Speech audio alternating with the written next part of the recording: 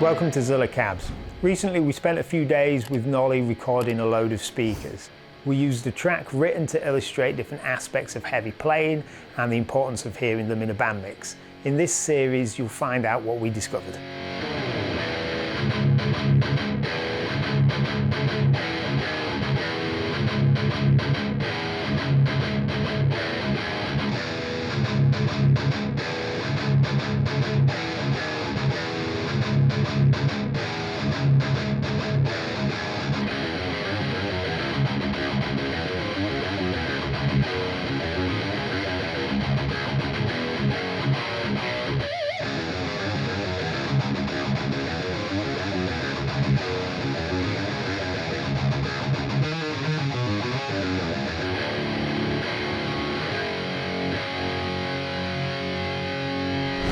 The Veteran 30, that's another one. I mean, that I feel like it's quite evidently going as like a, coming up as a contender to the Vintage 30. Again, I kind of feel like they corrected the things that didn't need correcting. It's a bit brighter than the Vintage 30s we've got on hand, which I don't mind too much about, but it does just feel a little bit like it lacks that kind of effortless forwardness that you get in context with the mix, especially.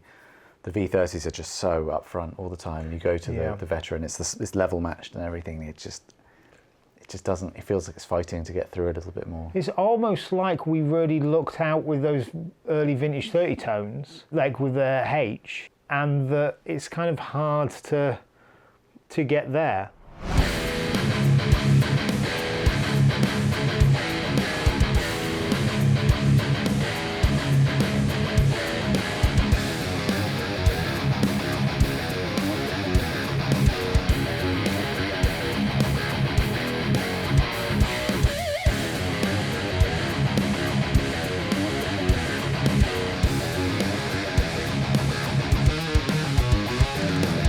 I think without a reference, we'd go like, yeah, it's a great sounding, it's a cool tone, that's nice. But like, there's a reason why the V30 continues to be so popular. And I mean, I do think that's a cool sounding speaker. And I guess if you really care about supporting an American business, if you're like in the US or something, then this is like a valid sounding speaker, and it is in a similar vein to a V30. Yeah, but for me, that's an ever so slight problem in that you kind of almost open yourself up to being referred directly to a Vintage 30. Now, I get it from a marketing point of view and stuff, but it's a cool sounding speaker.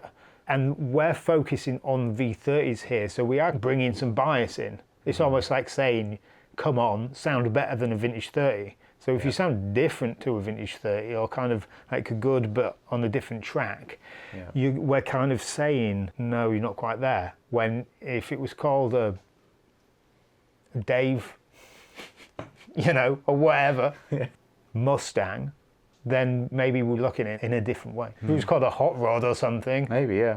And I'll say just as a general note, like, I'm pretty open to a speaker having more or less fizz, I guess you'd say, like the top high end. Like, I don't mind if a speaker's a bit brighter or a bit darker than the reference points, but it really is that important, like, upper mid area. The mid range just needs to be right for it to work to the same degree in the mix, and that's what I'm finding a lot of the speakers are not delivering. But there are some, like the Alnico 100, that on paper definitely shouldn't work and doesn't sound like a Vintage 30, but does work in the mix. But here's the thing: if they called that a Vintage 32, you'd go nah. Maybe, yeah, that's a good point. I think there's going to be a lot of people that do actually really like that speaker. Yeah.